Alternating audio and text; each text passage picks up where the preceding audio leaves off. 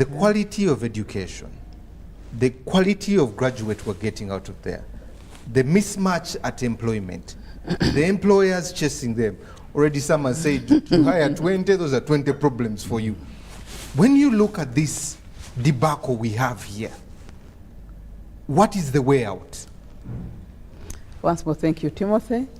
First of all, I would like to agree with what all the previous speakers have said, that we have a crisis, that we have a mismatch between what we are producing and what we are employing. Of course, I think today there's a high demand on graduates because also there are limited opportunities. You see, in the past, when people came out of these institutions, there were gapping programs. We used to have something called IPA, where there would be an induction process. There was training and development in the workplaces. First of all, the workplaces are, although they have increased, they are too few for the populations coming out of institutions of higher learning. I mean, of graduates of whichever level, whether senior 4, senior 6, and the rest. So the opportunities are much less today because the population has increased. So what then happens in the workplace? The workplace no longer has opportunities to train. They want ready-made people. So that becomes also a challenge, and maybe that's why sometimes we see these people as bigger problems and not that. Of course, there's a view that the younger people also may lack skills. That's one thing. So I wanted to start from the tail end on the people who are consuming our products. That because we are producing too much, there is competition. So the employers are choosing, and they are demanding people who are ready trained. They now want a graduate who can do X, Y, Z things. And by the many graduates are trying to accumulate all those things, but they are never good enough. That is one side of the story. Now we come back to the curriculum as it is. And for me, I think the bit is not just that it was colonial, but I think the bit lies into what Sam has just said about neoliberalism. We went through a colonial education system in our primary schools in the 80s and 90s. And actually there were practical subjects there at that time. There was woodwork, there was home economics, there was typing and office practice. There were quite a number of things. What seemed to take these things out is neoliberalism, privatization, changing the education sector into an enterprise. Of course, people then take loans against those and produce this. The children, I mean, because they have to pay back loans. So as he said, every head has a sign of money. And so schools ceased from being just places where you trained people to become the rightful citizen. And I've said this before, when we were in primary school, we used to have subjects like civics. You went on parade in the morning, you said prayers, you sang their theme. So you came out as some kind of citizen.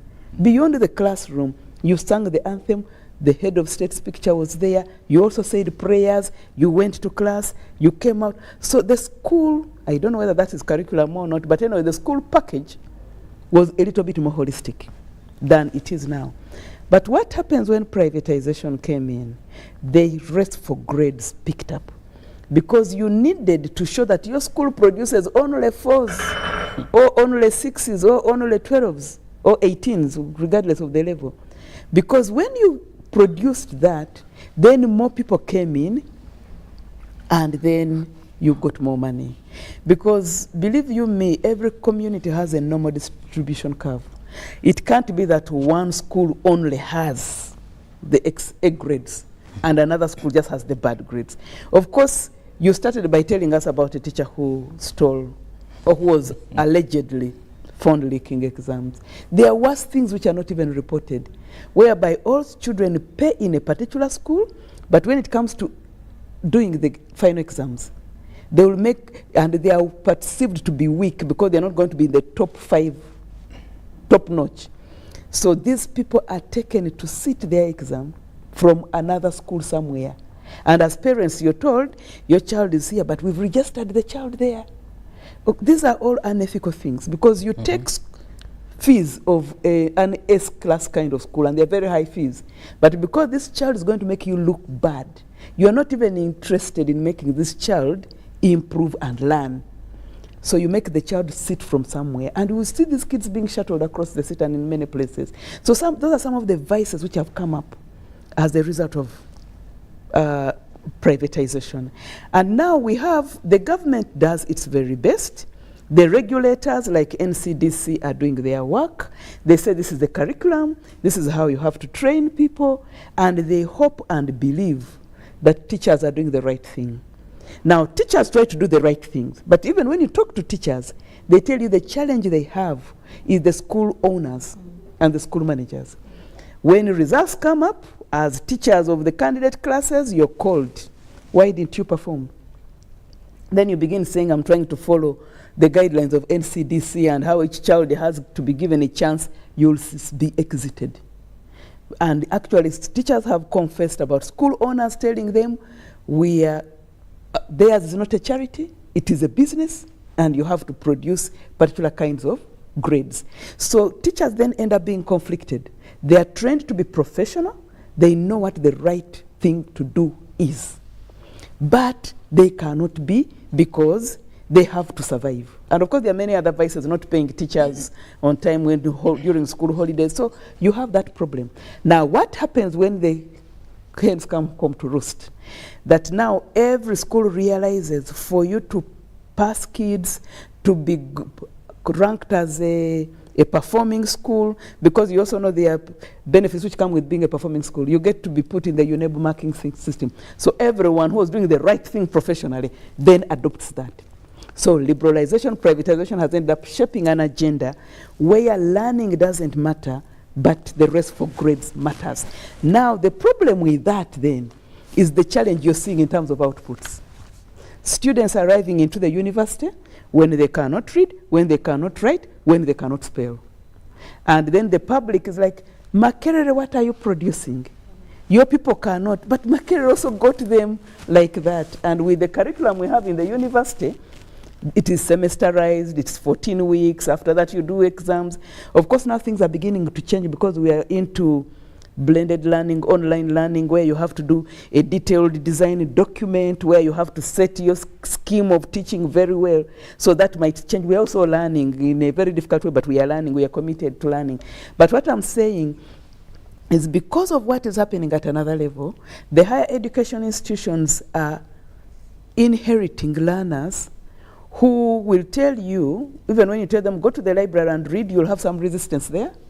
And finally, when you tell them, ask them, but you came from A-class schools, didn't you read?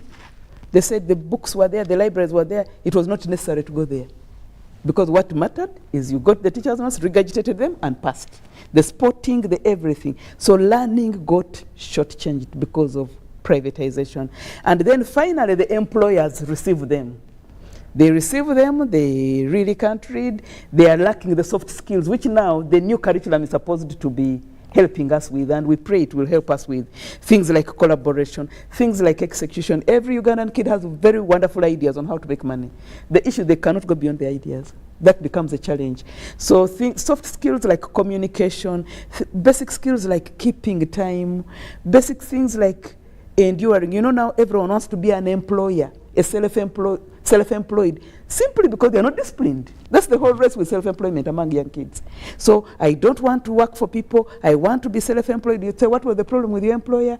Yeah, I don't want to be dictated to. You know, for me, I want to work when I want to work. These are the soft skills, which we hope the new curriculum is going to help with. So we have a cycle, and it goes back to what he said. Success is not just one island. So we have to look at this cycle holistically and make sense of what it is, basically by connecting the dots. What are we producing? Where does this problem begin from? How can we fix? We appreciate that senior 1 to senior 4 is what has been targeted. We also appreciate that the universities are beginning to shift to DDD, to detailed design documents. But between 4 and university and kindergarten to senior 1, something has to be done. Thank Professor, you. before we get on to Mr. Brighton Bargahare, policy analyst with the Ministry of Education and Sports, the challenge now that I think I want to put to you is, how do we solve this? But also looking at, there's this new problem that even as private school is expensive, even UPE and UCE seems affordable, but even the poor can't afford it. Now the ones that can afford a private school have now decided to go out of the country because it has become expensive. How do we find the mismatch in our education system and resolve it? Because if we have a new curriculum in S1 to S4, then the products that are coming from primary school are no change. And do we still need to have 18 years of school? That's a difficult question. And I fear to answer it when the experts who, I don't want to be vetoed by Professor Ezat when I live here. The issue is, well, I don't know whether you need 18 years of schooling. I think the increase in number of years of schooling is an indicator of lack of opportunities for dropping out earlier. Okay? Countries with very robust industrial and economic economies, people actually don't finish school. You drop out at 16 years, you go work, pick a skill, at 25 years you return. At least that was the case in the UK when I was doing my PhD. You didn't need to rest to university. Now, when there are no opportunities to absorb you at senior 4, you continue to A level. When there are no opportunities to absorb, children continue to university. When there are no opportunities, they continue, and that's why you're seeing straight from senior 6, we go into university, but straight from university, people are taking on a master's. It is very easy today to graduate in January, begin a master's in August of that same year. And sometimes you finish that master's and you start a PhD immediately. It is a communication of lack of opportunities. So that's why now the competence-based education, which wants to give everyone a skill by senior 4, becomes one of the key solutions. Not to stop those who want to race, if you want to race and go through, but to also say that if you have to stop somewhere, you are not stopping somewhere for nothing. You are still, you can be gainfully deployed either by yourself or by someone else. And I remember we were talking earlier, the whole issue is, actually for me, it's not just the education, it is the lack of skills that have died. When we were younger, for example, there were skills like making a mosquito net on the village. You now can't find someone who can make a mosquito net. Why? Because we are getting imported everything. There were village tailors, village carpenters, you can't get them. This country, you cannot find a plumber in as much as we find them. So everything is a struggle. So we need the skill. We don't have the right thing because of the perception that there were no opportunities. Everyone went to university, but also every vocational institution was turned into a university. And it is because vocational education is expensive. Now, it's turned into a university not to continue with that vocational education, but to teach everything that you have already problematized. Because it is easier to have a class of social sciences, so every person is teaching social sciences, every person is teaching something where you can easily fit in, because again, even when we are talking about this practical curriculum, it is going to be expensive to finance.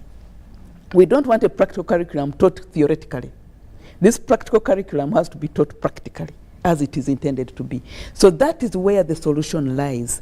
First of all, looking at what our society is and what our demographics are, and then resolving it. And I've given the example of the new curriculum is one attempt the country is trying to do to resolve this. But to get out of this one, I think there will have to be the implementation side. Some talked about training the teachers, but there will also be need for having proper regulation.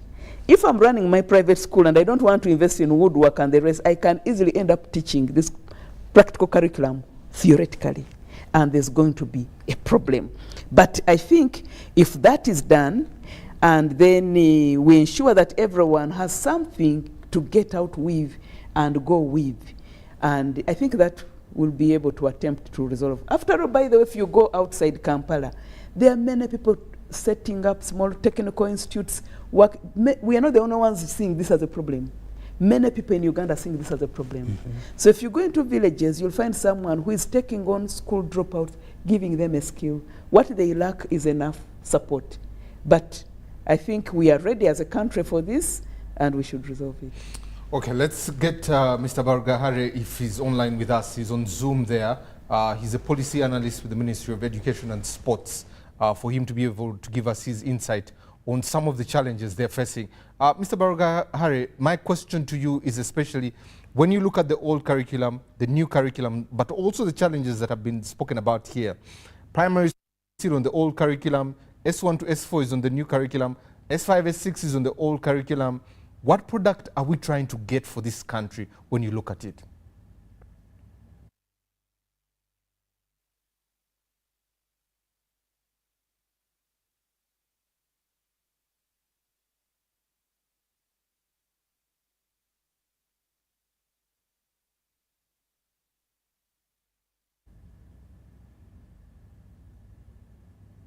We're having technical issues there with Mr. Bargahari. I hope as the technical team tries to resolve that, we'll get to him. Mr. Fadjil, let me come to you. All these submissions are very problematic and concerning for any parent that is out there. When you look in hindsight, I know you have championed education for the longest time, especially even in UNEB, anywhere else. We still have S4s who are sitting exams and they are hoping to get first grades at the end of December or when the results come out next year. How do we turn this tide around, especially for employment to meet our education? Well, first of all, I think we've got to look at the bigger picture, in my opinion. There are studies which have been carried out about us.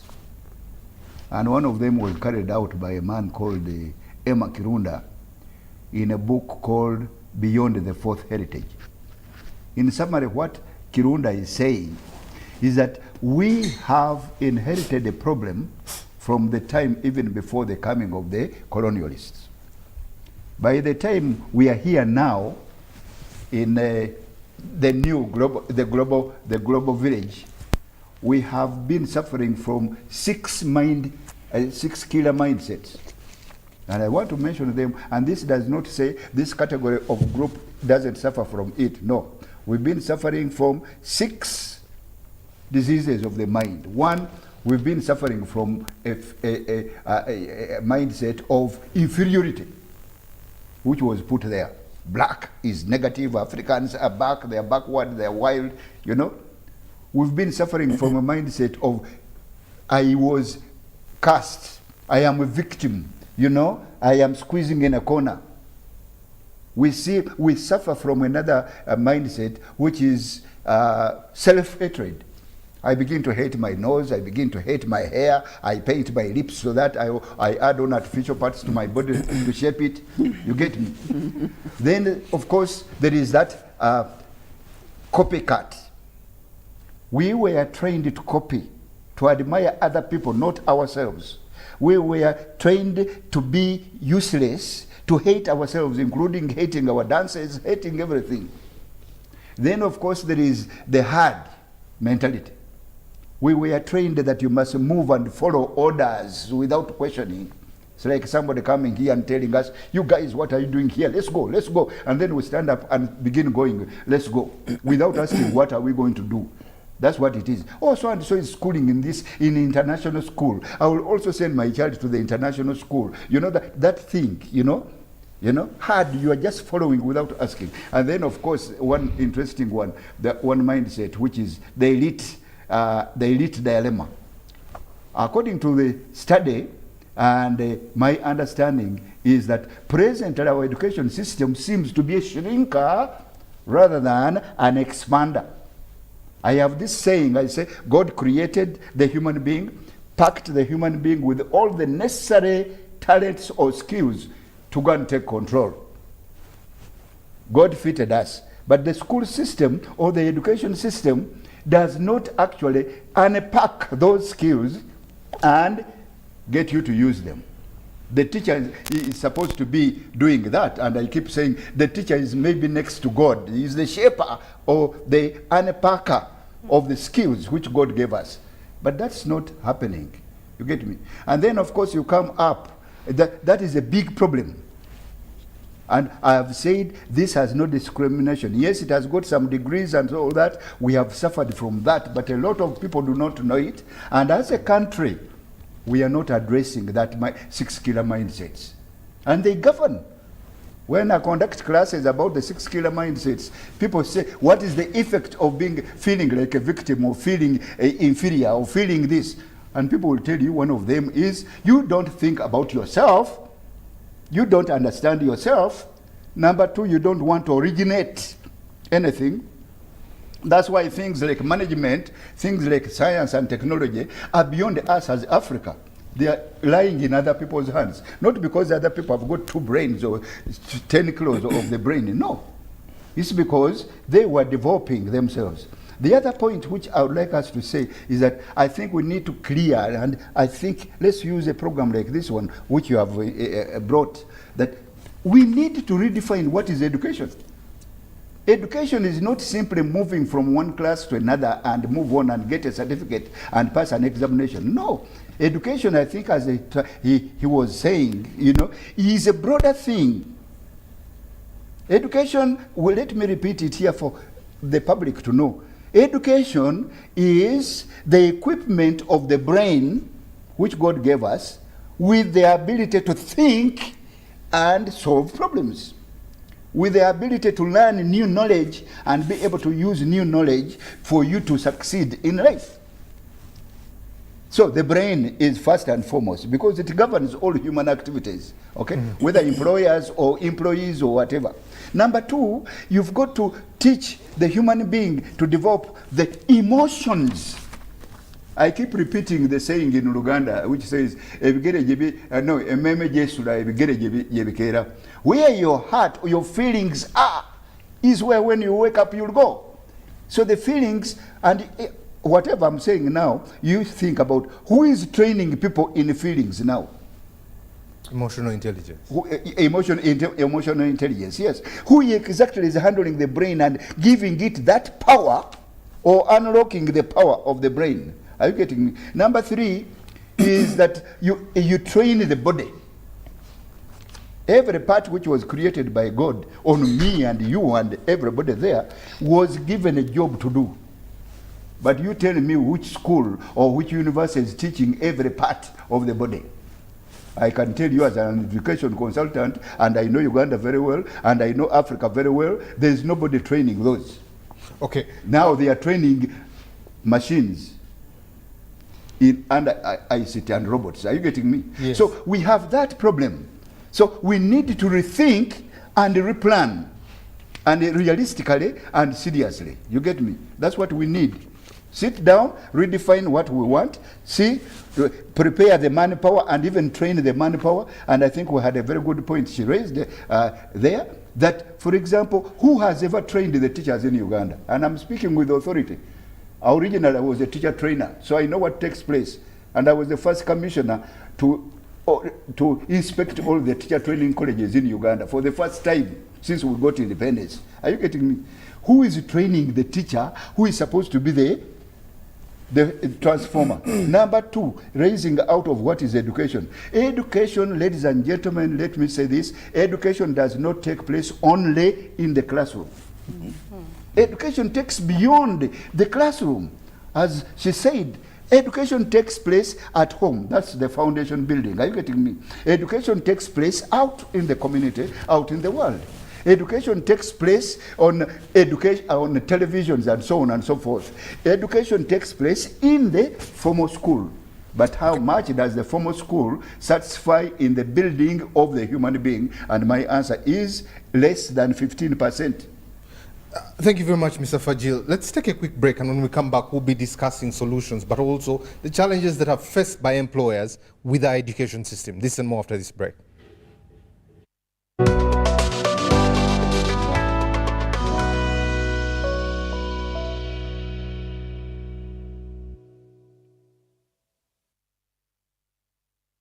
Pay or shop with Momo and get cash back every week. It's free of charge. Wano nno tuli Bukoto era lero we tugenda okugaba pichipichi yaffe eri omwanguzi waffe wano we tuzze. I'm so excited and I'm sure even all the people, all the staff at Kwaliwath are all excited. We thank you very, very much. Myaka 25 nga MTN eweereza naye nga buli week tugaba pichipichi 5. Very, very excited. I'm excited about MTN giving back to its customers. I'm really grateful. Thank you so much, MTN. The fact that we have won really shows that people like Mama. Their services are really nice. MTN, your services are okay. The network is good. We are satisfied. Chikola sense ne?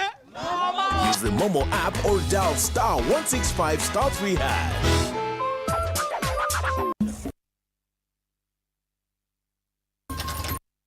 I wish you protect you and your family from that very dangerous. And if you don't take action soon,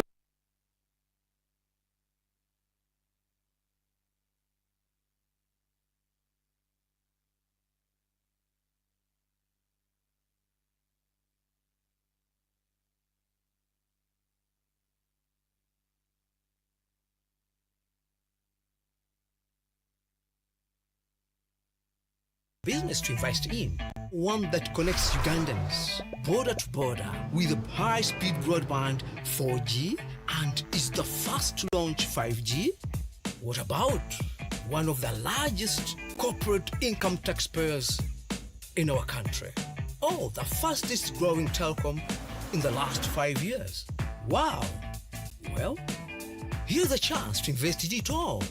Take part in Airtel's initial public offering today for as little as 100 Ugandan shillings per share.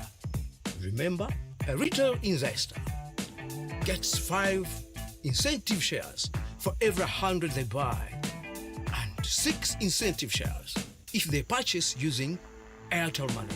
Dial star 185 star 85 hash now to get started.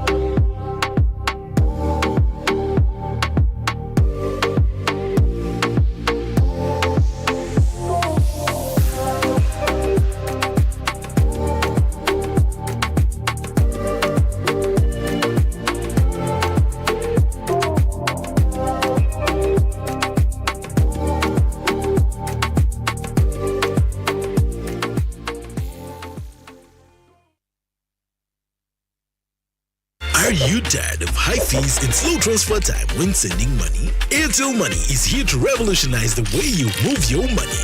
We have revised our rates back to ground.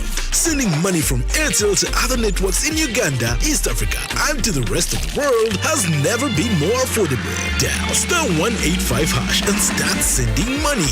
Switch to Airtel Money today and experience unbeatable rates and top-notch services for all your local and international money transfer needs. Airtel Money, instant, secure, borderless.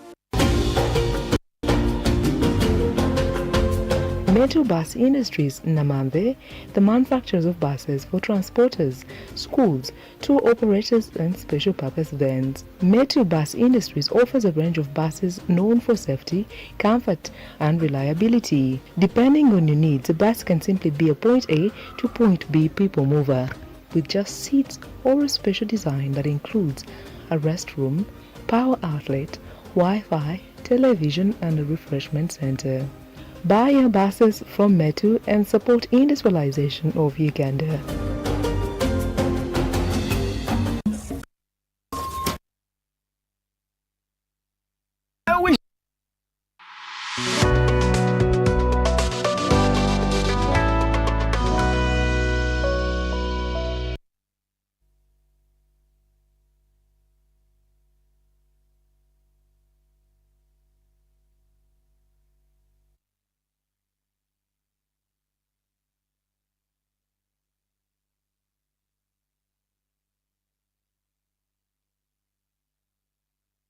Education inclusive. The practical education is lost because the focus turned to only earning a document or a title without value. Parents today are moreover educated and focus on children's education degrees as opposed to the olden days, okay? Michael from Entebbe says, I think we do have a long way to go. The current curriculum at our Ugandan university leaves a lot to be desired. You can find lecturers spoon-feeding students. The lecturer comes to the lecture room and starts dictating notes like it's a secondary school. Our curriculum does not have the room for research. The biggest percentage of university students we have are starting formality. James from Chireka says, Timothy, thank you for the topic. Let Dr. Betty explain why exactly government is planning to levy professional license fees on our poor teachers, and there is no mention of doing the same on other professions, okay?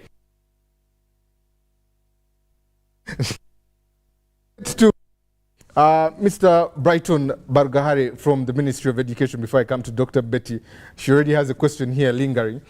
Mr. Bargahare, the question I put before you was the old curriculum versus the new curriculum on 7 pillars there that are based on competencies versus what we get at the university and the desire of the employer. What are you doing as the Ministry of Education, especially to fill that gap?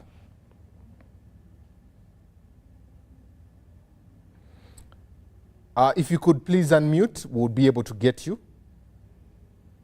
Yeah, we have you.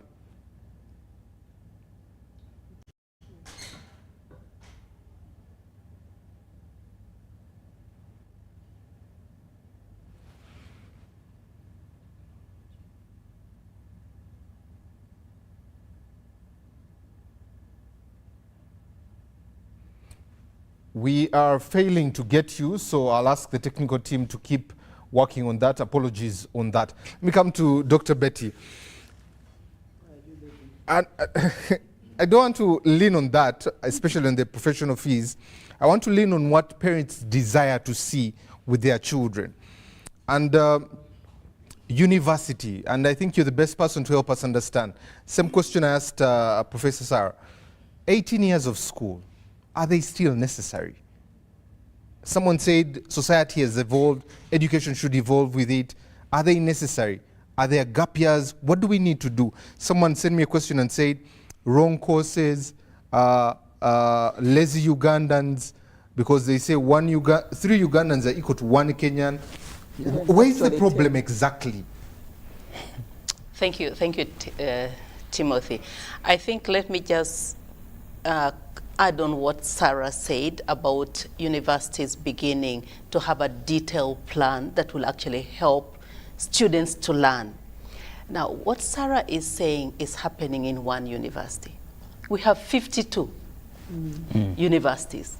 If they are not doing the same, then it's a drop in the ocean with this one institution. So just to add on that, and that means if something is introduced in one, all should take it up if we are going to have a product that is fit for purpose in the country. So back to what the parents want. It's a difficult question. But right now, every parent is yearning for a child to get a good grade.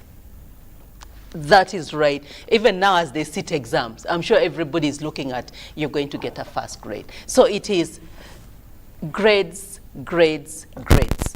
And because parents desire certain things, the providers structure their activities and the teaching around things that parents want to see. And so it takes us to what I said earlier, teaching to the exams. And then you forget about the skills somebody needs to do certain things. The values is completely lost because unlike the theoretical content that can be taught effectively in class, with skills, it is about going to do it and the teacher closely monitoring. The teacher closely monitoring the child, correcting the child, and ensuring that the child gets that skills.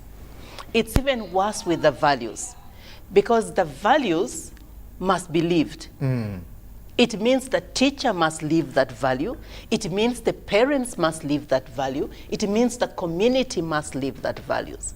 Now, if there's a mismatch there where that values is not being lived, you know, I normally give these examples where somebody has is driving the best vehicle, but will throw things on the street. Just opens the window and throws things there. What values do they hold? Mm-hmm. And yet they've gone through school, and indeed, like he says, school did not go through them. Mm-hmm. Yeah. Mm-hmm. Okay, because they've got the qualification, the paper is there, but the use of that paper to change society and do things differently is not there. And so they do it like anybody else who maybe they've not even gone to school. They'll continue doing it the same way. So the attitude part of it is completely lost. And teaching attitude is more complex than teaching the theory. And it needs a lot of time. You did say there that when you have a class of 100 and it is one teacher, how do you really handle this? Because this teacher needs to know the learners in order to be able to correct a child who is not doing things the right way in terms of skills, but also in terms of attitude, in terms of values that they hold in that class. So we need to have programs, strategies, let me put it this way, strategies where a teacher, for example, this is one way. If a teacher, for example, works with a child from primary 1 and moves with a child up to primary 7, that one teacher will know the child very well and will be able to correct that child. The same applies to secondary. You've taught the child in S1, you've taught the student in S2, you've taught the student in S3, and you've taught that same student in S4.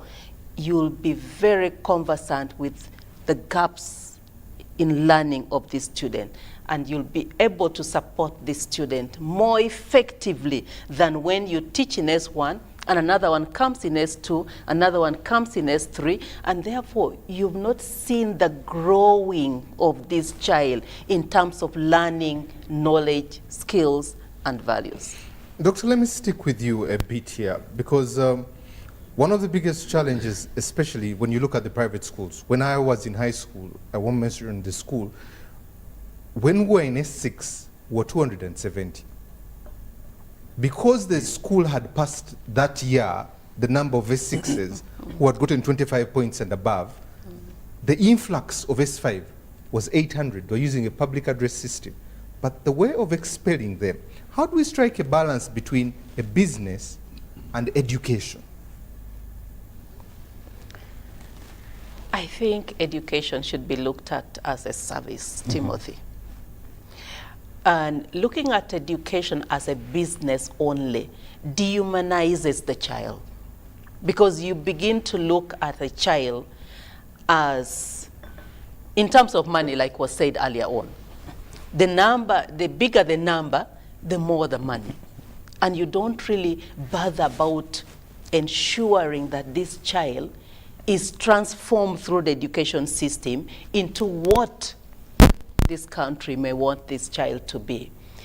So I know that we are in a liberalized economy, but I think the private providers of education need to ensure that they're dealing with a human being, they're dealing with life, and if they're dealing with a human being and life, then money is not the only reason. They need to get out of it and begin to look at how to prepare this child appropriately, irrespective of the money. Okay.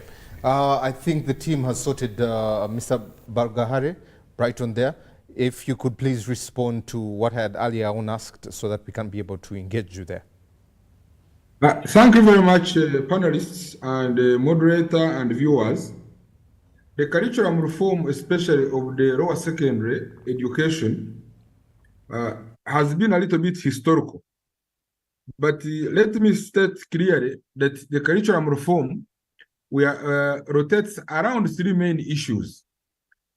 And the panelists have clearly explained the why curriculum reform. I may not have to repeat but mainly they have talked about the teaching methodologies in the old curriculum were not promoting effective learning and acquisition of skills of the learners. The existing curriculum, which we are trying to change for historical reasons, was heavily overloaded, and the attempt has been made to reduce the load by removing some unnecessary content. The existing curriculum has not been addressing the needs of majority of the students, looking at the failure rates, which are almost 50% or above in many subjects. The existing secondary curriculum does not address the social and economic needs of the country. And I think one of the moderators, Fajir Mand, has explained with evidence. The existing curriculum is not sufficiently flexible to address the emerging fields of knowledge. Many new areas have come up. Our curriculum is historical, and it is not moving up the same speed. The 21st century skills and competencies have not been greatly promoted by the existing curriculum, and the costs of even the older curriculum have been very high, looking at the very many subjects at the lower secondary school, where each subject must have teachers, whether they are students or not, and they attract a cost. Now, we have answered one aspect of the curriculum reform, which is the why, and there is consensus by everybody that there is a need for reforming the curriculum. The second aspect is what then should be included in the new curriculum.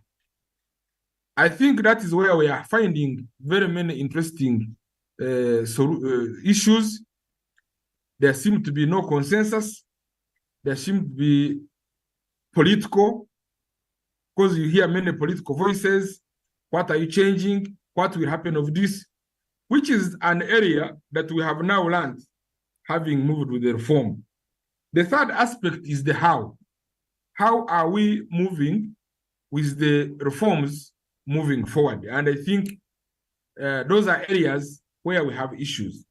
But to give the context, the first attempt to reform the curriculum was the introduction of universal secondary education in 2007. And we have not reformed because we have been going through those processes of consultation, building consensus. And 13 years later is when the government has said, now let's move. But of course, that has come with dynamics from 2007 up to 2020. Those are 13 years. But the teachers, there was preliminary work which was supposed to be done. And unfortunately, either it was not done very well or it was not done properly.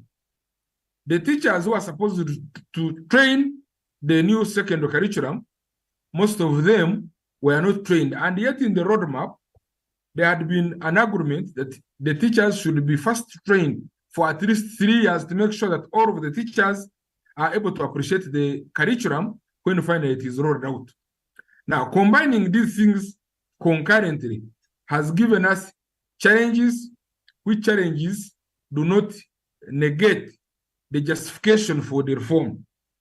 And therefore, our lessons are focusing on the key aspects. What should be the objectives or the aims of this reform, which we think we are learning and we are trying to improve. Secondly, what then should be the content that is aligned to those objectives? Thirdly, is our teachers ready? Some are ready, some are not, and we are learning, improving gradually. Then the evaluation, which is the assessment, which is another key component. How do we know that the reforms and the teachers and the content have impacted? We have to do an assessment. And the assessment, because of the background of many of our learners, is where the problem is. First of all, we are saying it will take 20% for the competency-based, for the projects, for the individual work, and classroom work. 80% still remains for the teaching to the test. That is obstacle number one. The second issue, which we are finding, is the cost. The cost is very high, and we seem not to have prepared adequately, very well. But most importantly, the standards we are talking about in a liberalized economy have to come. A framework or a policy direction agreed on by the stakeholders, and especially at the high level, is what we are trying to work on. The needs of the future have to be also agreed on. And the other prerequisite was supposed to look at the structure of the education. The structure has not changed, because in the reforms, the structure should have been one academic track, vocational track, and another track which would accommodate most of these learners. We have kept a rigid structure, brought in reforms, and therefore the existing practices have tended to overshadow the curriculum reforms, but which are lessons which we are taking forward. But the facts, the justifications, and the commitment to reform is, for me, a plus. What we need now to identify and work collectively and maybe build a consensus is the what and the how, but not the why. The why seems to be an obvious case, and we are all agreed on why we must reform the lower secondary curriculum. Thank you. Is that you're talking about the competences, you're talking about the cost, you're talking about the political, you're talking about it's not, the roadmap was there, it's not well done. You're also talking about the teachers not being trained, evaluation. But this curriculum was launched in 2020. You seem to be blaming everyone else than yourselves in the Ministry of Education. That's one. Two, you have a curriculum that is in the middle of our 18 years of academic. 7 years are down there, 2 years are up here, 3 or 4 years or 5 at university. Really, aren't you really putting a square peg in a round hole and hoping to get magic out of it? I think the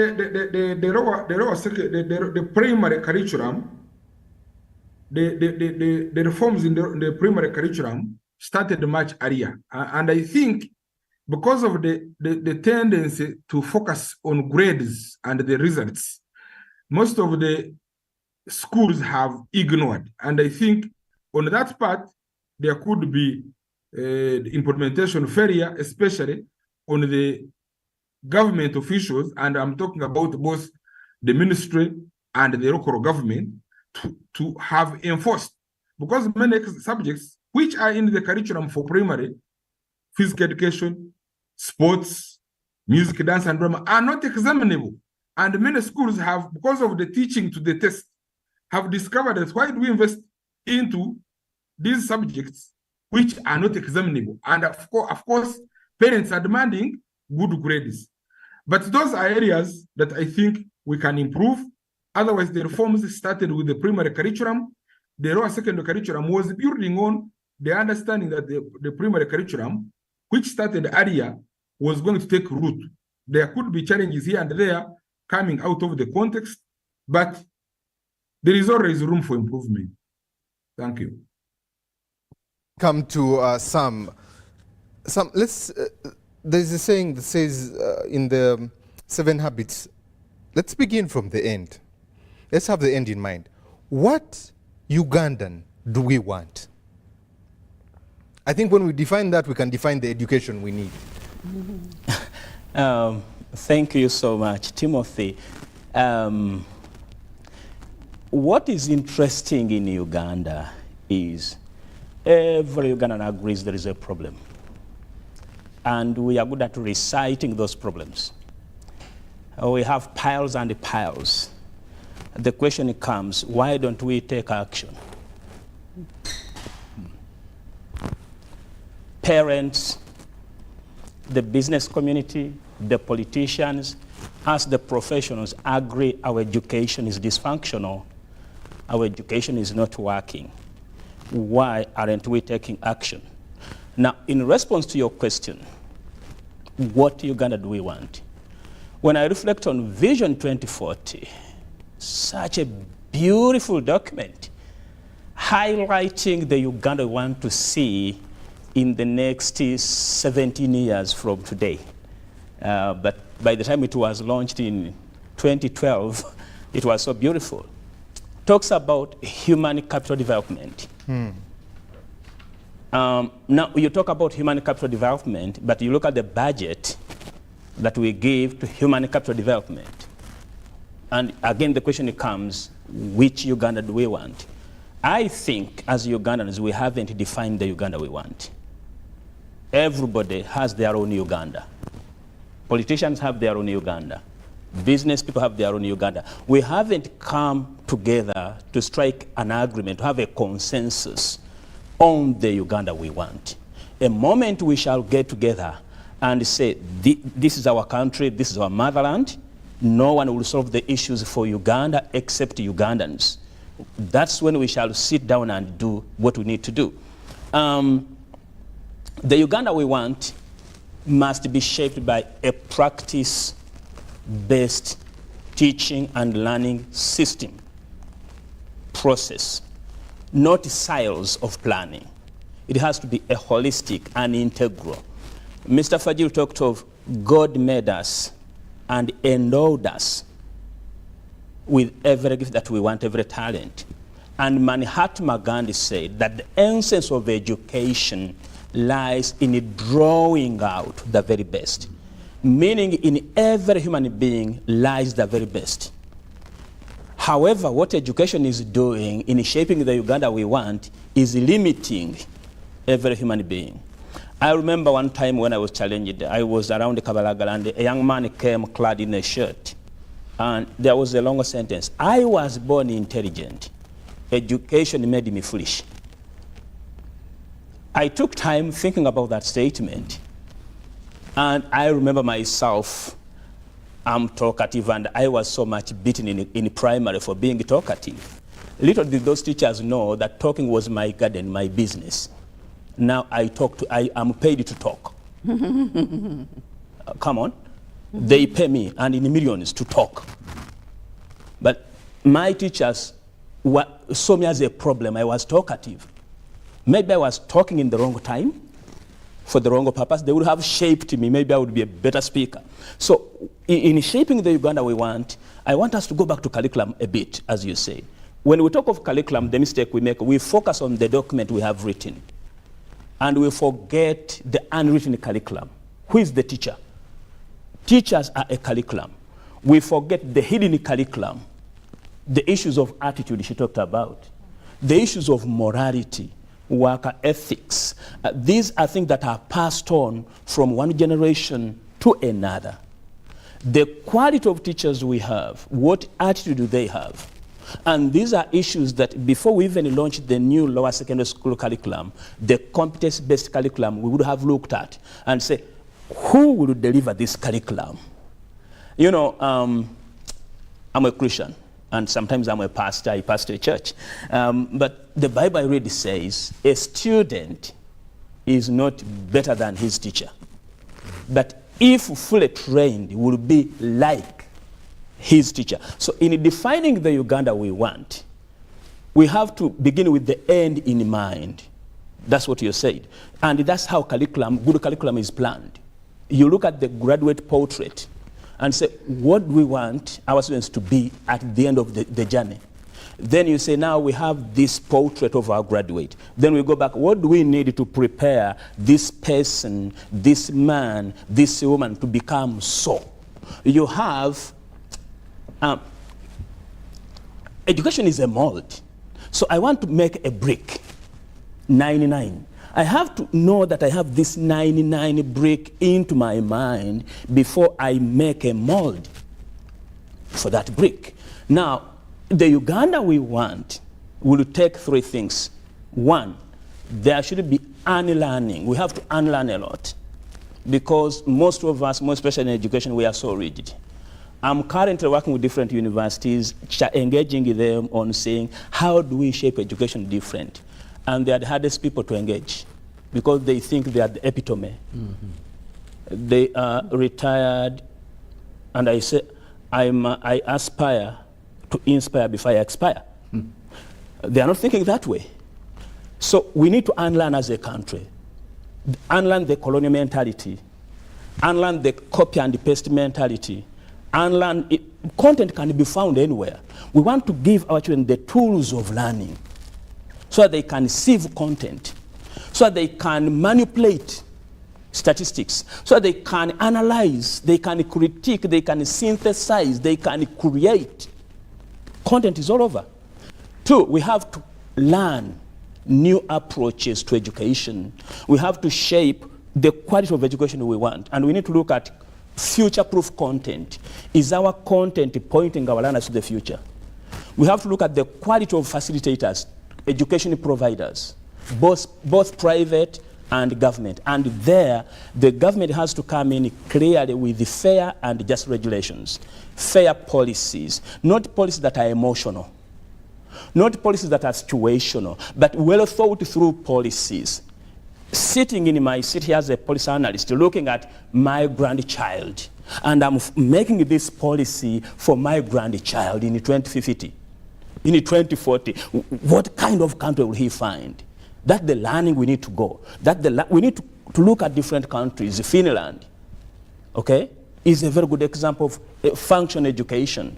Then the other thing is relearn. There are things we could have missed. We could have learned wrongly. We have to relearn them. And also, we need to understand that educating man academically at the expense of the heart will give us clever devils. And that's the biggest problem we have in Uganda. We have given people a lot of content. Their heads are so big, they are so huge, they can't even fit into this room. Their hearts are so shrinked that's why somebody drinks water and throws a plastic bottle. But every time adverts are going there, that's why you find that somebody can go into the game park and set people ablaze. They have the head. I always tell people, we have accountants here. You can give him a budget of 100,000. He uses 60,000, comes back and gives you accountability of 500,000, and you can't doubt. You add him 400,000 shillings. Because the head is so big. He has the academic, like Martin Luther said. He said, I'm afraid that schools will become real gates of hell unless they diligently labor in shaping the moral and the values of the learners. Okay. Let me bring in Professor Sarah. Professor, I did my undergraduate in India and had, with all these Indians in the class, when we finished and were doing our finals and got done, this young man had about 9 retakes. And my concern was, when are you going to do them? His concern was, how do I bring my father's business to your African country so that I can take advantage of what is there? When we look at university education, how do we align it to help this unemployment scourge in this country? Thank you very much. Yeah, that's a very great question. And it's a question the university has been battling with. Particularly Makerere University has received this, has been on the receiving end of this criticism for a long time. Initially, our defense was the kids come to us like this. But people say, as long as you're the last stage they leap from into the world, you're responsible. So we can no longer blame how they were malformed with the previous stages, in as much as they're important. So the issue was, what do we do with what we've been doing? It's true most of the education we have been doing, or like maybe as someone said, people giving notes alone with not much explanation or with limited explanation, those are real things. And we can't deny that they haven't been there. But what has been the university's attempt to address this thing? Some time back, the university introduced internship programs where students have to go for internship. The challenge we have is that the places for internship get limited. because it's no longer only Makerere looking for this internship. First of all, Makerere on itself has 40,000 students in one place, so there are not many people to give internship. But in addition to that, as Professor Betty Ezati said before, there are many universities. They are all looking to the same employers to provide internship programs.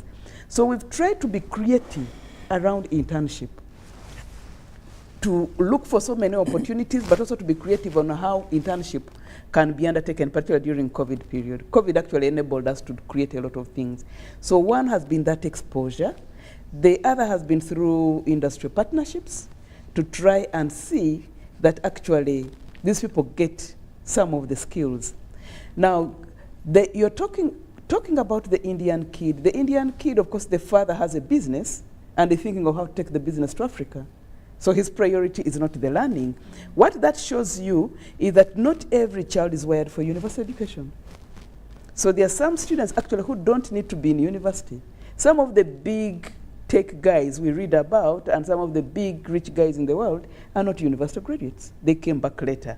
And that's why I said earlier, if we had a strong economy, people would off-board early and then on board later, depending on where their drive is. So that child is thinking of how to bring a business. The retakes are not the biggest problem. For us here, the retakes are what we'll be focusing on. When do you finish? Because you need the paper to get a job. So in a way, it is dictated by the economy. But now, to make, even with the limited circumstances, to try and make these connections is where the initiative I talked about earlier comes into place, the detailed design document. Of course, this initially comes on board as a way of pushing and improving e-learning, but which then the people of the Institute of Open Distance and E-Learning take on board even further to use as a vehicle for reforming the curriculum. Now, this institute was some small thing somewhere in the College of Education, largely responsible for external programs. But right now it has tried to take center stage in the university. And why they're a bit different from us is while for us who are used to dealing with students in class, this institute for long has had to be creative because their students are either in Lira, they're in Moroto, they're in Imbale, they are all over. So when you don't have students on site, you have to be creative to ensure learning is taking place. You can no longer think in the same mold with one size fits all. So right now, with funding that they got, I think, from MasterCard, they are rolling out this kind of skills training for all of us. And the purpose of this is to understand our circumstances. Because remember, we are not just doing curriculum. We're also doing this within a larger framework and ideological mindset of decolonizing higher education. Because that's now the thing we are dealing with on the continent. How do we recenter our experiences, our knowledge systems within what we do? We are not saying we are throwing away everything, but we are saying if people have to learn math, if they have to learn physics, if they have to learn gender studies, how do we recenter the African experience and African knowledge systems within that? So what the DDD tries to help you to do is to reflect on how you teach, how you have been. It's no longer just going to class and you say the definition of this according to this theorist and this is this, and the students do rote learning and then they pass. Remember, at the center of that is the whole aspect of the Bloom's taxonomy, of how do you move people from simply being people who remember and recall to people who are very good at critical analysis, to people who are very good at creativity, people who are very good at evaluation, and finally they should be able to create because we're being pushed to innovate. And if that's where we are as a country, we have to try other than saying we cannot innovate. So the Bloom's taxonomy is very central to what the Institute of Open and Distance Learning does and to what they are trying to push with the detailed design document. And we have tried it, and actually there are good testimonies and experiences of how this is causing us to rethink how we do what we do. Of course, as Professor Ezati said, Makerere is just one of the institutions that is doing this thing. And there's around 60 plus other public universities. But Makerere has 40,000 students. And if you consider that you're producing for the market, if they are going out as critical learners, as people who are thinking, as creative learners, as innovators, then they will have an impact. So if with the number that we roll out with each graduation, that will have an impact. But also the other way is to demand Makerere University as a public institution. Therefore, its Institute of Open Distance and E-Learning is a public institution. Demand that actually it serves beyond Makerere University. Of course, we are at initial stages of this. It is yet to be evaluated. But my prayer is that if it is evaluated and it works, then government should task the IODL Institute or the Institute of Open Distance Learning to find out if what they have done in Makerere can be done elsewhere. So what are we saying? We are saying that as Makerere, you cannot go and commandeer the workspace because your mandate is limited to training the workforce of tomorrow. And we've worked with the constructive criticism we've received that what we are producing is not good enough.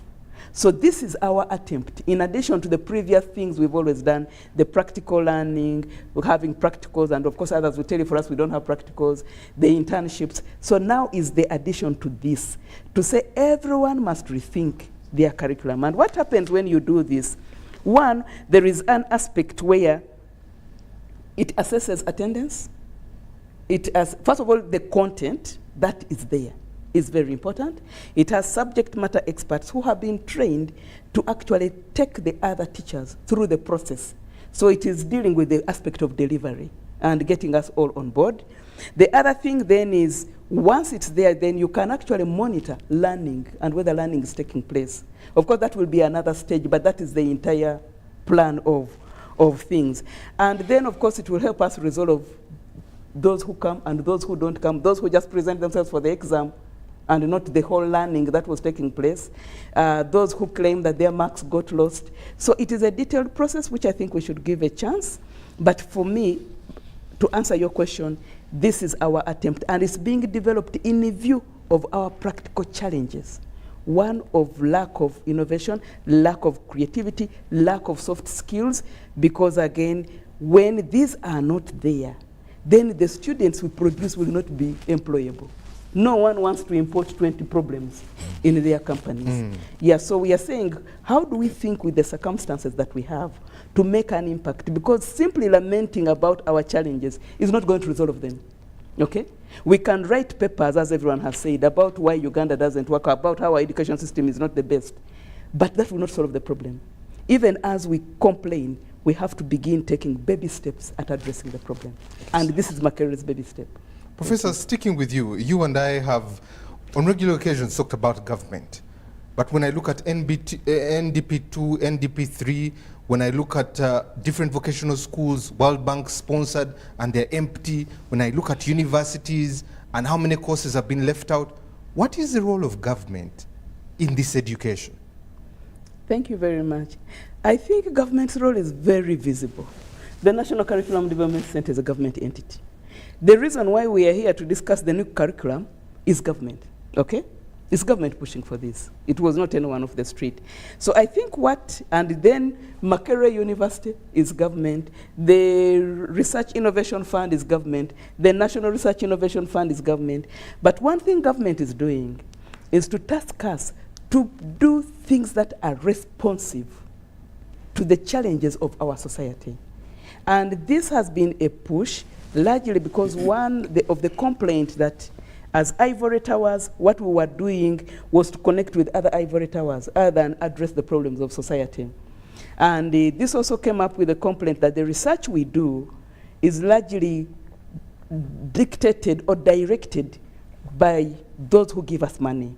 So the whole aspect of the research innovation funds, both at national and local level, is to direct government monies into research of problems that are a challenge in that society. So at university levels, in addition to paying our salaries and financing the institutions we are in, and actually the government is the biggest donor of these education institutions, in as much as there are a few private entrepreneurs. So that has been one. So then the research fund that government is doing. But as we go into this new curriculum of Senior 1, Senior 4, one thing government may have to do more other than just rolling out the curriculum and regulation is to invest in it, because it's a very expensive curriculum. If you're going to produce people having technical skills, it's going to require that. So government has to campaign more for the curriculum. Government has to put in place mechanisms to monitor. Government has to demand accountability from those that it requires. But also beyond the education system, government has to invest more into making the economy work so that there's more absorption of the people coming out of the new curriculum is rolling out. Thank you. Thank you very much. Mr. Fajil, yes, it's not possible to have enough jobs for the number of children we're sending out of the universities and technical schools. How do we solve this impasse of employment, entrepreneurship versus our education? Thank you very much. First, we've got to go back. What Ugandan do we need? And in my thinking, and I've done this practically, okay, I need a worker who can use his talents to create work, to make his own employability. Not a worker or not a student who finishes school or university to go and look for a job. Looking for a job is one way of working. That's where we've got to begin. Because presently, it's like we are preparing somebody to go and look for a job everywhere, and at the same time, we have not equipped that person looking for a job with the working skills. So, I think we retrain. He used a very good expression. We need to unlearn. I think the whole lot of us, we were brought up wrongly. And we've got to admit the mistake. I think that we cannot correct unless we know where the mistake is. We were brought up not to develop our abilities, but to copy and be colonized, and up to now the process is going on. Actually, generally now, the human being is being replaced by ICT and robots. And nobody is talking about it in the whole world. We are praising technology, and very soon we shall not even be talking anymore. Technology will have taken over. You just touch a button and you go it on. But no country, no government in the whole world is talking about what is happening to the human being. I think that we need to go back to the making of the human being, the question which you asked, what sort of Ugandan do we need? Me, in my own way, I think, and we need to help the viewers also. One, I would like to see a Ugandan who has got a brain that can work, a brain that has got enough knowledge to use. So we've got to expose the Ugandan to a variety of knowledge, essential critical knowledge. And we've got to agree which knowledge brackets are those. Number two, we need to get a worker who can actually go in and do the work. Mr. Moderator, I just want us to hear this. To say this. For a long time, we've been talked about as Uganda, as you said, that maybe when you compare in East Africa, we are the least or most inefficient workers, according to records. You get me? Right? And there was also this, that Uganda is very good at writing policies, but very poor at implementation. We've got to believe that. But the question is, what have we done about it? I've seen it, and I've said it, that we lack Ugandans who can put down the foot and say, this is what we want. That's why it is important to redefine the who do we want? What sort of country do we want? And everybody should know. Are you getting me? And then we train everybody to be able to produce, to turn the environment which God gave us into the pearl of Africa. Who is turning the pearl of Africa now? For me, if you ask me, I'm seeing discipline going down more and more, right? Because I'm now 74 years, and I've seen Uganda since I was born, okay? Discipline is going down more, all right? We are emphasizing more of this so-called politics. You hear only the parliament, you don't hear of the LOCs, you don't hear the leadership down there, you don't hear any leadership in any district, you get me? We are moving on to those levels now, and we are forgetting the training of the human being. Okay. I want to emphasize, we need to go and make our human being now. Nobody will come here to make a Ugandan, to make an African. We must sit down as Africans and say, this is what we want, and this is what we are going to do in order to do it. We've talked about a lot of things. Who is talking about what we want in the universities today? Give me any voice in Uganda. There is the National, Council for Higher Education. Council for Higher Education. But how many times do you hear of the National Council for Higher Education? I'm talking as an educationist, and I've been at all levels. Are you getting me? Who do you hear? Who is talking about actually education in the broad way we've been talking about? Okay. There is one single ministry supposed to deal with education and sports, you know, then beyond that, what else? And even the ministry, you don't hear it a lot. What are they emphasizing? Are you getting me? Beyond that, who is talking about? The Ugandan we want. The education we said should be broader. Nobody is talking about that. That's why we are talking about institutions which have been liberalized. The word liberalization was brought here by the colonialists. They wanted you to liberalize and you become liberal. Liberalization does not mean carelessness. It was intentionally said, leave others to take on, meaning inherit confusion. Liberalization here has not meant that we are tapping the talents. No, we have tapped the wrong people to do the wrong job, not supervised. So we need to go back and come back and say, which Uganda do we want? Which Ugandan do we want? And this is what we want to do, and stick to that. Okay. Dr. Betty, let me bring you in. There has been a crisscrossing of jobs. You find an engineer, did a course in SCCA, is now a banker, and you find a lawyer, has crisscrossed to an area, famously a veterinary doctor became a radio presenter. The workforce, what workforce do we desire to see? But also as a country, what are our values? Thank you once again. I think let me first say that if we know exactly the kind of person we want from our primary education, the kind of person we want from our secondary education, the kind of person we want with our university education, then 18 years may not be necessary for all. Because I can finish and get that package in 2 years. And you should allow me go. And, you know, do the things that I am able to do it. And we've seen that even in this country where people from P6, they do P7. What does that tell us? That maybe for some people, they don't need all those years. But for us, we've boxed everybody and we have same numbers of years for all. But going back to the issue of people doing one profession, if I may call it, and get to the world of work and do something else. There are many reasons, and I think now we can't exhaust that because it goes to you know, we need to ask, why did this person go for this program or this course, first of all? Maybe it wasn't their interest. And so when they get out, they go for what they love. It is also possible that the institution may not be offering that at that time. And so they go for what the institution is offering. We've had students who actually go and do certain programs because they've got a scholarship for that program, but they don't have the love for that program. And as soon as they get out and they complete that program, the document stays there and they go and do other things. So the question is, how can we ensure that our learners do the programs or the courses that is of interest to them? Without necessarily saying, this is where there's a scholarship, let me go there. Can we work around getting to first, is this what you want?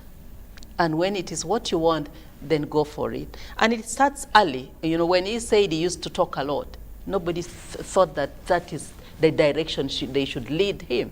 And so right from P7, you get to know that this child is interested in this area.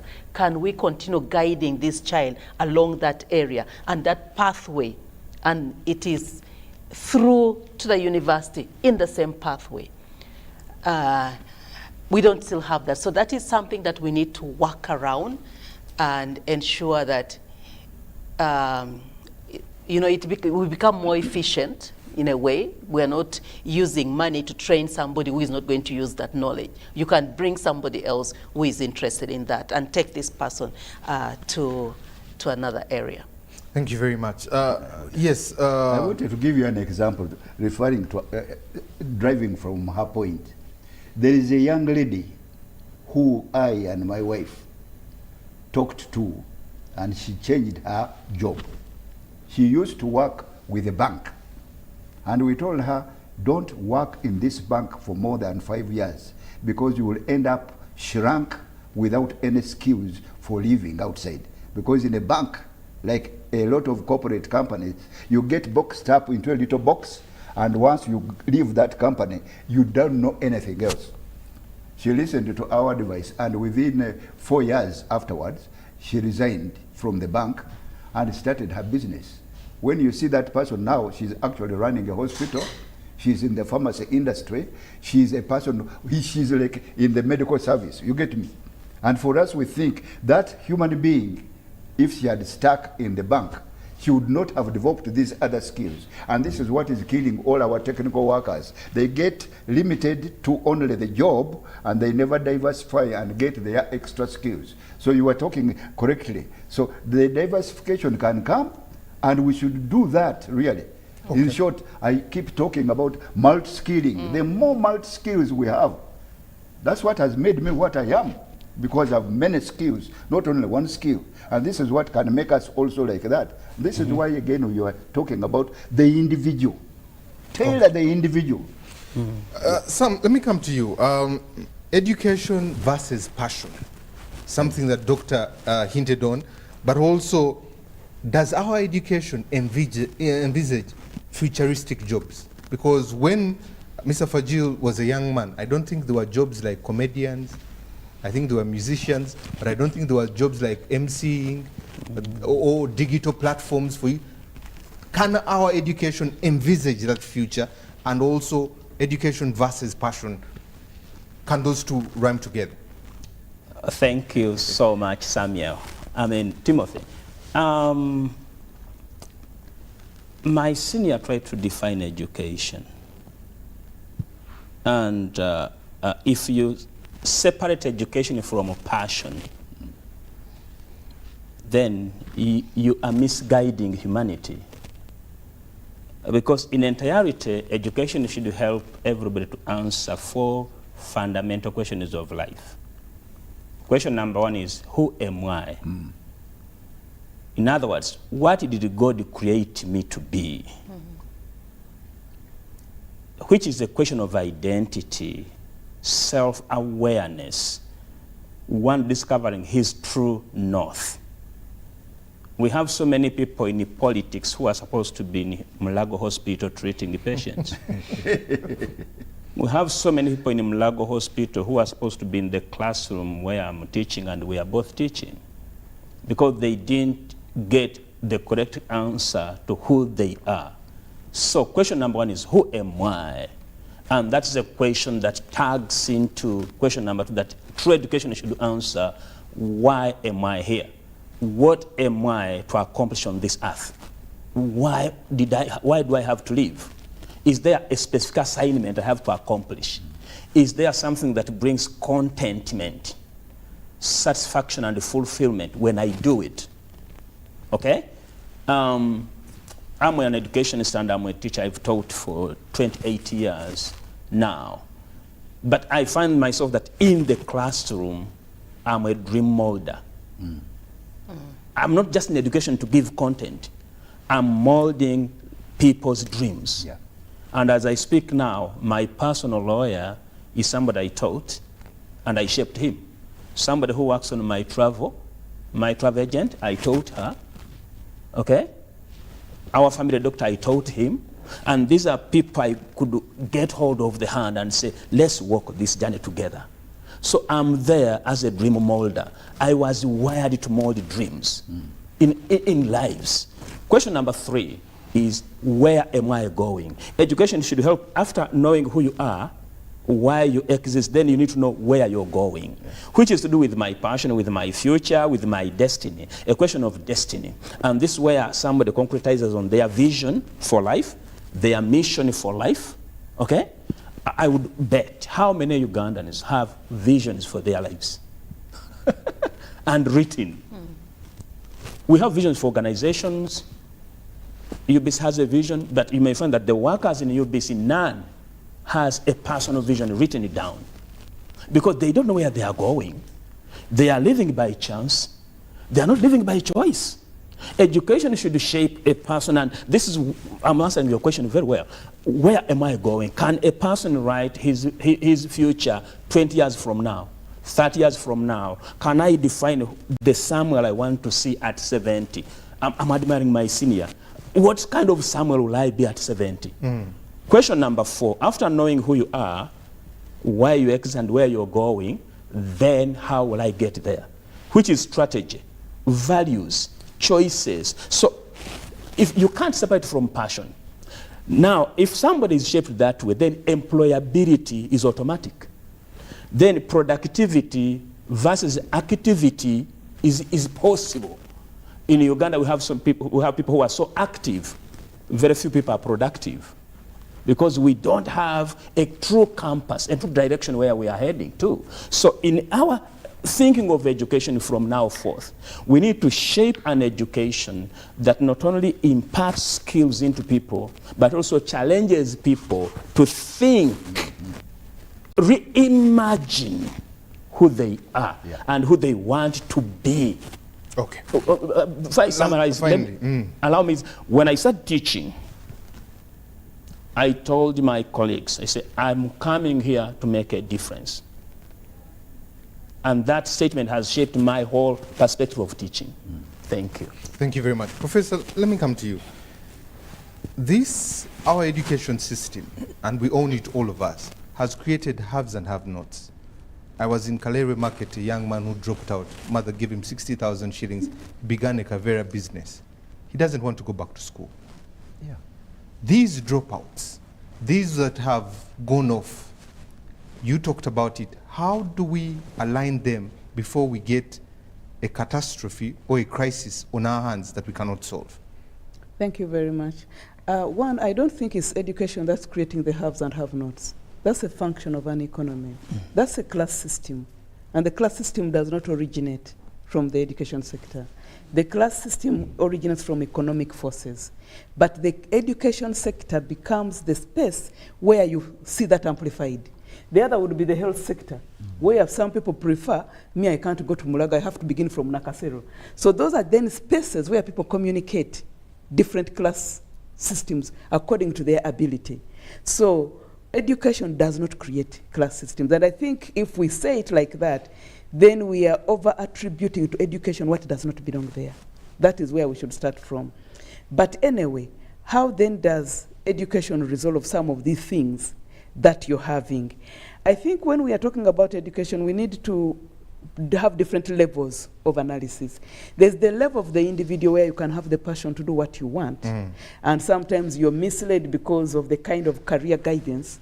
So at individual level, children are being told, do this particular kind of skill because that's where jobs are. Because, for example, if the government is saying, we want more scientists, schools are going to respond to that by channeling more kids in the sciences, and parents are going to respond to that by wanting every child to do PCB and BCG.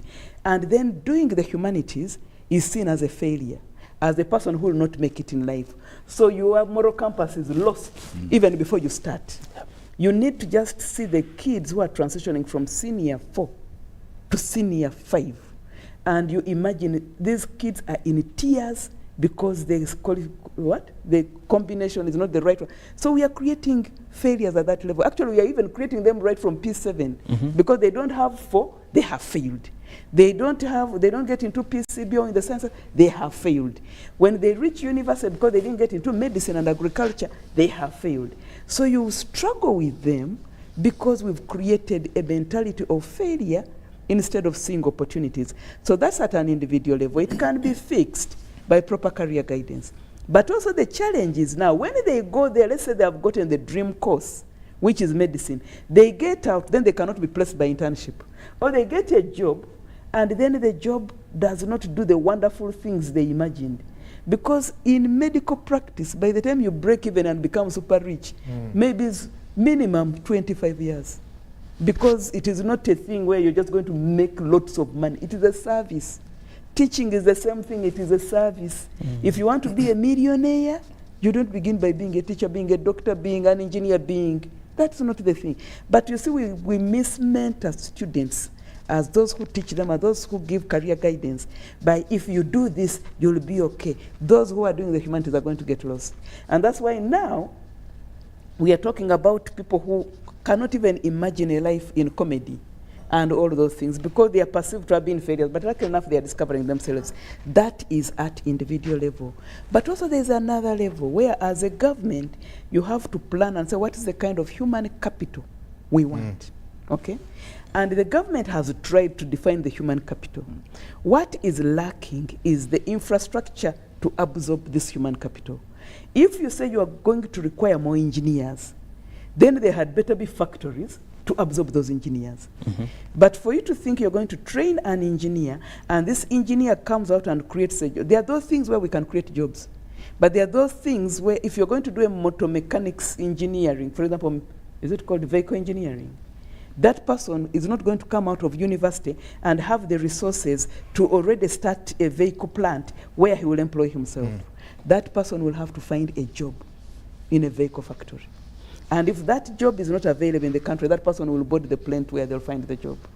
So as we plan for the human capital in the country, we also need to plan for the absorption of the people we are training. Otherwise, we're just going to be training for others. That's why most of our scientists leave. We invest a lot of money in the sciences.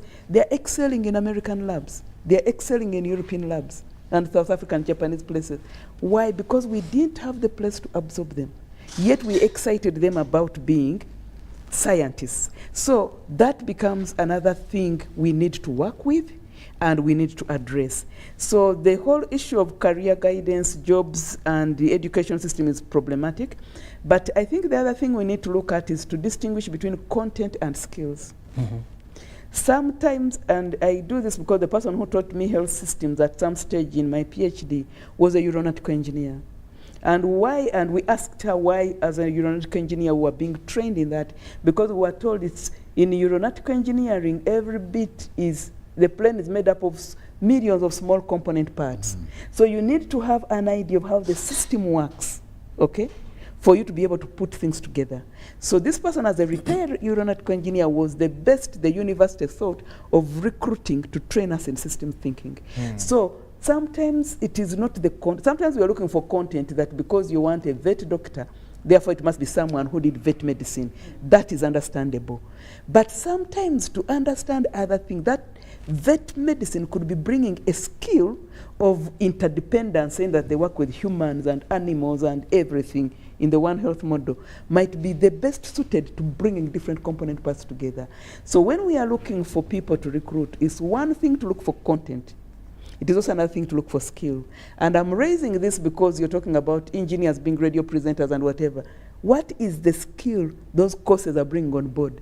Some of these children are moving because they have the skills to apply themselves, even when the content looks like a mismatch. And then maybe the last final thing is to say, younger people are trying very hard to innovate. Recently, Makerere had a youth expo, and it was largely younger people showcasing what they can do. Of course, we have a technology hub for younger people where they should come in and do what they want to do. But this youth expo, the whole of Pool Road, the whole of the other quadrangle, where they were showcasing, the only thing is they all operate micro, they all operate small scale, either they are making soap, they are making cookies, they are making earrings, they're all in same things because they don't have the capital to get out. But maybe if in future people invested in them, they would have the mechanisms to grow because the ideas are there. The issue is how to grow them. So the education system is not all doom and gloom. It has prepared some critical thinkers. And to me, an education system is not just about content. It is not about providing answers. The education system is about, the purpose of education is to train people to ask questions, to train people to be critical searchers of knowledge. That's why you said some of the things, are we preparing people? We are not doing enough to prepare for a futuristic economy. You actually don't need to know the future. Train your people to ask the critical questions. Train people to be critical searchers of knowledge. Even when the world changes today, they will be able to find the right questions, find the answers within that, and apply themselves. So younger people are doing that. The issue is, can we support them other than just writing them all off as people without soft skills to perform? Thank you. Thank you very much. Let me get some feedback that is here. I appreciate all the panelists for the great nationalistic and productive views for our nation. For me, I see it is time for responsible organs and personalities to start sticking to whatever plans they set out to achieve, for we really have good plans that can help our population. Issa Haruna from Fort Portal. Okay, let me get some more feedback that is coming through here. This is Oscar from Arua. It says, hi Timothy and the team. Education in Uganda has a long way to go, but I think the education sector should lengthen the period of internship at universities and higher institutions, at least to a year or two for most of the courses, okay? Patrick from Lira. I had proposed mainstream sociology as a teaching subject in ingraining humanism in our young learners, rather than professionals who are animalistic in character. We could build a peaceful and humane society, okay? The problem with Uganda is the good policies that are passed without proper strategies for implementation. What makes most of the end is on paper. That is Godfrey. Lastly, Godwin from Ruti in Bara. How I wish Mr. Mande became the president or the Minister of Education and Sports. Surely, for me as a teacher, I know how we would admire our education system. He's someone who knows what education means and what we need as a country.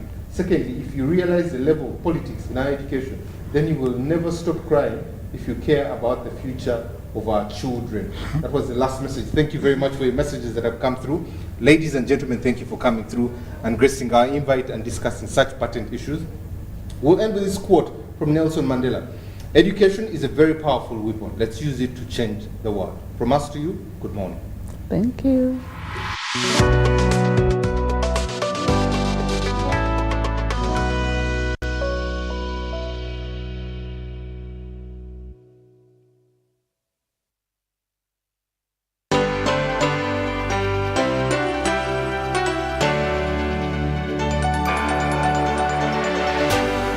UBC, inspiring Uganda. Junko. Yo. Check the shopping, man. What's your secret? Haven't you heard of the Parish Development Model, PDM? Yes, I did, but I thought it was just a talk. No, Sebatia. It is real. I and a few friends together formed a circle, accessed money from the PDM, invested in a portrait project, and now things are moving. Junko. I thought I was one of your friends. You are. But you left me behind. I didn't leave you in poverty. What you do, just visit your LC2 chairperson and your parish chief and start the process of economic transformation. Just like that. The Parish Development Model is an initiative from the government of Uganda through the Ministry of Local Government designed to transform all lives of Ugandans for the better. PDM, my parish, my development, my life.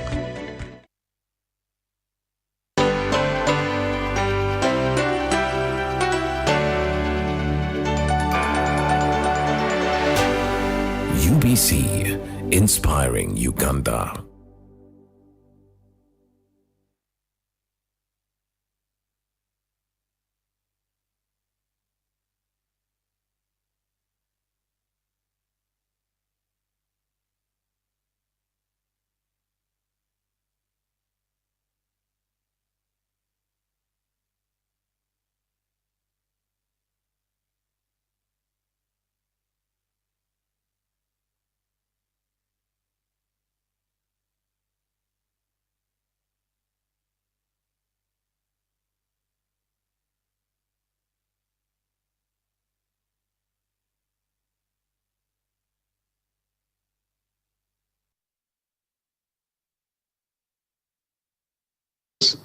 At the origin of this organization,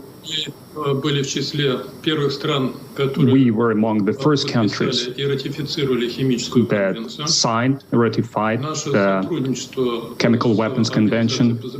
Our cooperation with the OPCW was always ideal. In 2017,